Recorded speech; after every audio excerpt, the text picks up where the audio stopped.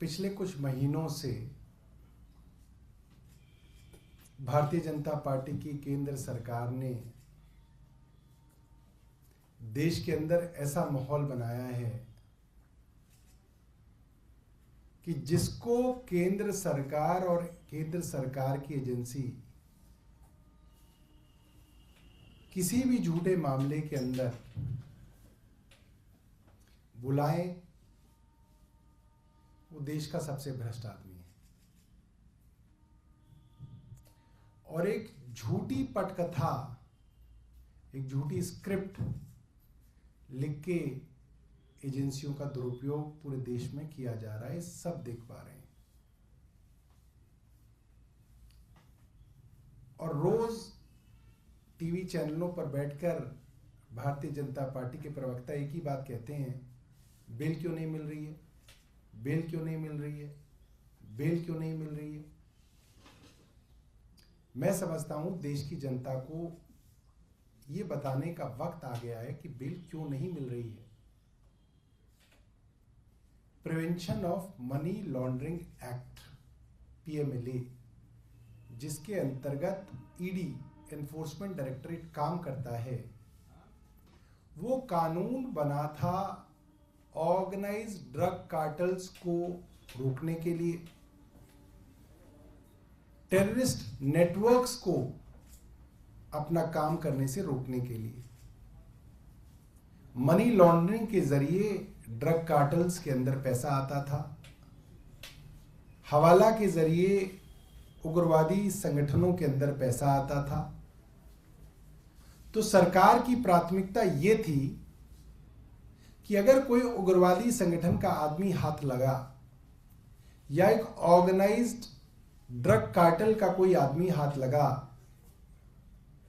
तो उसकी बेल ना हो जाए, कहीं ऐसा ना हो कि वो बेल लेके निकल जाए, देश से भाग जाए, कहीं पे बॉम्ब ब्लास्ट कर दे, सैकड़ों लोगों की हत्या कर दे।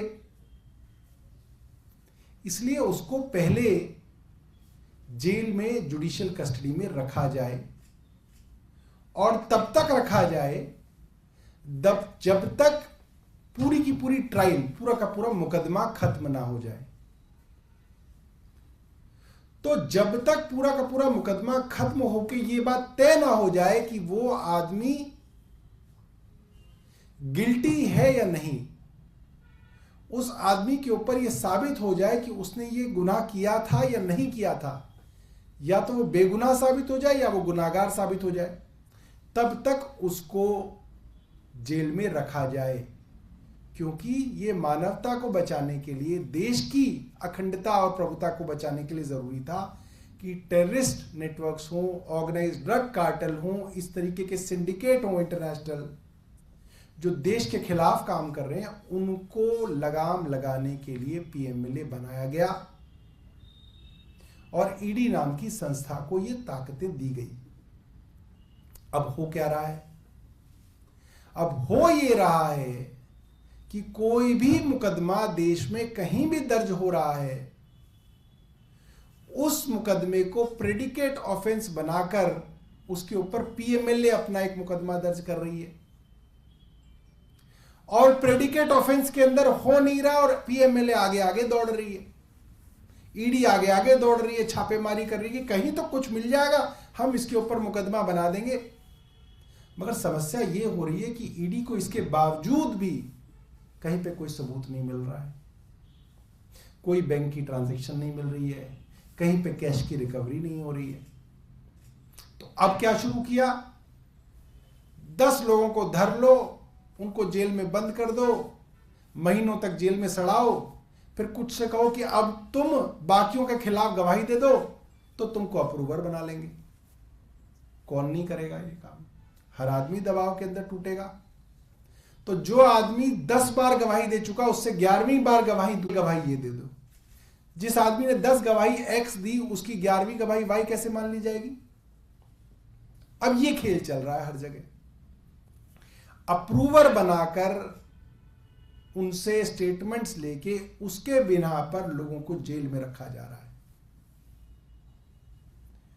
और ये हर एक बड़े अपोजिशन पार्टी के नेता के खिलाफ ये षड्यंत्र चल रहा है। पूरे देश में ये षड्यंत्र देखा जा रहा है। जिसको चाहे ये टारगेट कर सकते हैं। आज के दिन इनके पास ये ताकत है, जिसके चाहे घर में घुस जाएंगे, जिसकी चाहे तलाशी ले लेंगे, पैसा किसी का भी मिल जाए, किसी को किसी के साथ भी जोड़ दो, कौन नहीं है इनका, नहीं है इनका पैसा है, बस अब आप साबित करते रहो कि ये मेरा पैसा नहीं है। ये आज षड्यंत्र चल रहा है।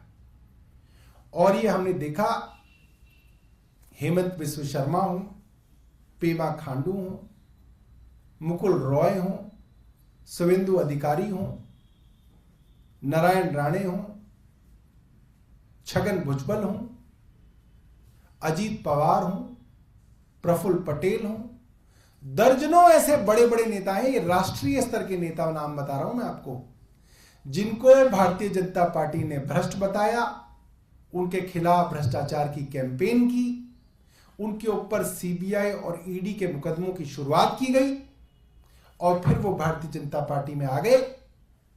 भारतीय जनता पार्टी के मुख्यमंत्री, उप मुख्यमंत्री, मंत्री आज ही हैं और इनके ऊपर अब कोई जो है एजेंसी जांच नहीं कर रही है। सब जांच जो है अब संडे बस्ती के अंदर हो गई। तो खुल्लम खुल्ला जो खेल है ये आज केंद्र सरकार का सबके सामने है और सिर्फ कानूनों का दुरुपयोग किया जा रहा है। ये मैं आपको बताना चाहता था। अब ये जनता को ये बात समझ में आ रही है। बाकी कोई मुकदमा हो, चोरी का मुकदमा हो, कोई और मामला हो, उसके अंदर आपको बेल मिल जाती है कि ठीक है अभी आप बेल दे दें। अगर आप आरोपी जो है उसके खिलाफ जुर्म साबित हुआ, एक्यूज जो है गिल्टी हुआ, तो उसको सजा मिलेगी। अब मगर ये जो कानून है पीएमएलए में, इसमें उल्टा है। इसमें आप पहले सजा पाते रहेंगे जब तक आपका मामला जो है डिसाइड नहीं होगा। आपके पास कोई प्रश्न है तो पूछ सकते हैं। सर एक सवाल वो है, जो जेल बोर्ड से जुड़े मामलों में आपके यहाँ छापेमारी, मेरे यहाँ नहीं पड़ा कोई छापा अभी तक। मतलब आपके नेताओं के यहाँ पर, आपसे मुराद ये है। अब हमें तो ये जिनके यहाँ छापा पड़ा उन्हीं को नहीं बताया गया कि किस मामले में छापा पड़ा। ईडी की तरफ से जानकारी आई है कि उनको क्यों नहीं दी जी ने जानकारी? करोड़ों रुपए की ये जो प्लांटिंग इस्तेमाल किया गया, आम आदमी पार्टी को फायदा पहुंचा गया, इस पर क्या कहना है? ये जो प्लांट करने वाली जो कुकर्म है जो एजेंसियां कर रही हैं, मैं उनको बोलना चाहता हूं बाहर निकलो और आधिकारिक रूप से बताओ। जिसके यहाँ छापा पड़ा, मैंने तो सुना उनको ही नहीं बताया गया कि छापा किस लिए पड़ा गया। स्टेटमेंट दी जाती हैं, ये नहीं बताया जाता कि ये कौन स्टेटमेंट दे रहा है। कोई अफसर होगा, उसका नाम छापो, उसकी पोजीशन छापो। कौन अफसर था जिसने ये फैसला किया कि ऑडियो रिकॉर्डिंग नहीं की जाएगी, सिर्फ वीडियो की जाएगी? कौन अफसर है? मैंने तो परसों भी पूछा था, आप लोगों ने अब तक नाम नहीं बताया। कोई तो अधिकारी होगा जिसने ये फैसला किया होगा। कोई मंत्री होंगे, फाइनेंस मिनिस्टर होंगे, या वो तो पता चले। और कोई? सर गठबंधन में सब ठीक है, क्योंकि आपके धरना प्रदर्शन जब आपने 2 तारीख को किया था तो कांग्रेस ने साथ नहीं दिया। और जैसे कि ईडी का समन जैसे केजरीवाल जी को आया था, तो कांग्रेस का कुछ स्टैंड क्लियर नहीं है, क्योंकि आप भी अब सहयोगी पार्टी हैं इंडिया गठबंधन। नहीं, बिल्कुल क्लियर है। आज अरविंद केजरीवाल जी ने जो अपनी बात कही उसके अंदर उन्होंने कर्नाटक की भी लड़ाई की बात की, उन्होंने उसके अंदर केरल की बात भी की, उन्होंने तमिलनाडु की बात भी की, उन्होंने पंजाब की बात भी की। सारे अपोजिशन पार्टीज, चाहे वो कांग्रेस हो, चाहे वो बंगाल के अंदर तृणमूल कांग्रेस हो, चाहे वो स्टैलिन साहब के डीएमके हो, सबको जो है केंद्र सरकार इसी तरीके से परेशान कर रही है।